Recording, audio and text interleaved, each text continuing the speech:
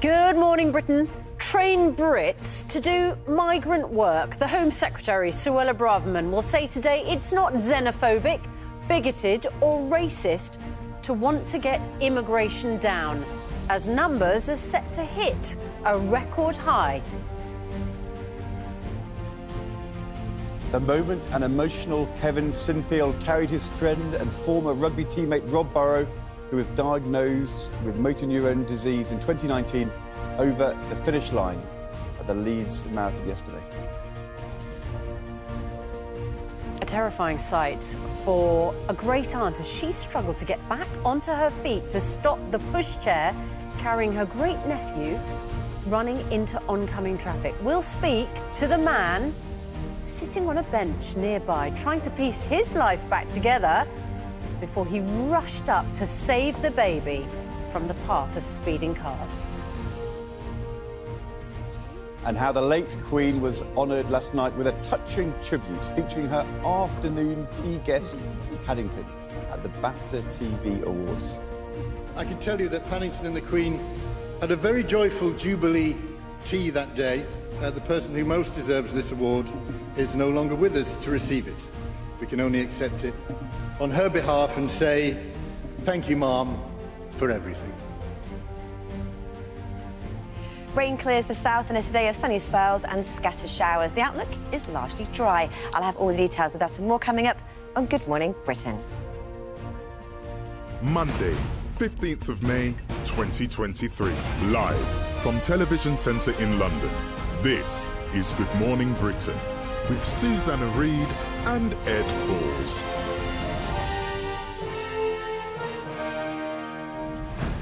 Good morning, Britain. It's just gone 6 o'clock. Welcome to the programme. Morning, Ed. Good morning, how are you? I'm very well. Did you enjoy Eurovision? Yeah, Eurovision. Do you know what? This morning I feel a bit like May Muller. Yeah. Because we had the BAFTAs last night and unfortunately Good Morning Britain didn't win. So, I know, boo. Yeah. Congratulations to all the winners. Congratulations to Channel 4 News, who beat us in our category. And congratulations to May Muller. I thought you did brilliantly. I don't know what the judges and the voters were thinking. What were they thinking? And I've got to... I mean, look, we had it loads of times on last week. I mean, you know, be honest, that Swedish song, it's so dull. And May Muller, she was really good. Well, do you know what I did think? I wasn't quite sure why she was so low in the mix. And I'm sure that my sound colleagues will agree. Is that a technical term, low in the mix? Low in the mix, That's not about dress sense. What is that? That's about sound. Oh, I see. Yes. That she wasn't loud enough coming through. Exactly. And I thought it was a terrific song. It was very punchy, but apparently we're wrong. And also, anybody who thinks it's anything to do with the fact that it's ABBA's 50th anniversary next year and the Eurovision is now going to be held in Sweden, that is a conspiracy theory and we mustn't indulge those theories at all. But the public spoke and the public said the best song of the night was Finland. Cha, cha, cha, cha, cha. And they were totally right. Yes. I mean, it was like classic, totally Eurovision anthem Nonsense. spectacular, Wasn't ridiculous. It just? The crowd in Liverpool were chanting all the way. They were so good.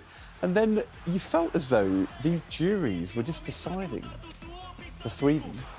But the public almost won. The public almost won, but Sweden did. So let's not take anything away from Loreen, sorry. Loreen. I'm not taking anything away, but it was a dull song. Yeah. Didn't particularly enjoy it. I'm not sure it was dull. It was a... Oh, poor Finland. There was a lot of writhing. I genuinely thought it was in the bag. There was a lot of writhing and long nail action. Yes. Anyway, there we go. So, a lot of sore losers on the programme this morning, us included. Meanwhile, our top story, immigration. Yes. It's quite interesting, isn't it? Yes. To have a Home Secretary making a speech in which she's demanding she be allowed to control immigration. We took back control in order to control immigration. We did take back control, and immigration is now controlled by... The Home Secretary, Suella Braverman. And for some reason... I mean, she's having a fight with cabinet colleagues who want immigration to be higher, but the highest level of immigration into our country before the Brexit vote in 2016 ever was 330,000. Last year, it was 500,000. The latest figures say it's going to be even higher, getting somewhere between 600, maybe up to 1 million. So we've had much bigger increases in migration since we took back control. And she's now making a speech saying, am I allowed to control it? Yes, you are. You're in charge. What are you doing? Well, as Ed says, the Home Secretary, Suella Braverman, is going to make that speech today, warning that growing numbers of migrants are placing an unsustainable strain on the country's infrastructure. She wants British workers to start taking on more jobs that the migrants are filling, such as HGV drivers and fruit pickers, before the country, in her words, forgets how to work.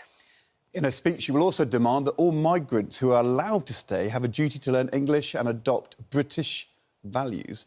And she will insist that her views are not racist. And our political correspondent, Louisa James, is at Downing Street, where the Prime Minister apparently is going to be holding a party for Conservative MPs later. Louisa, the Home Secretary says she wants to take back control of immigration.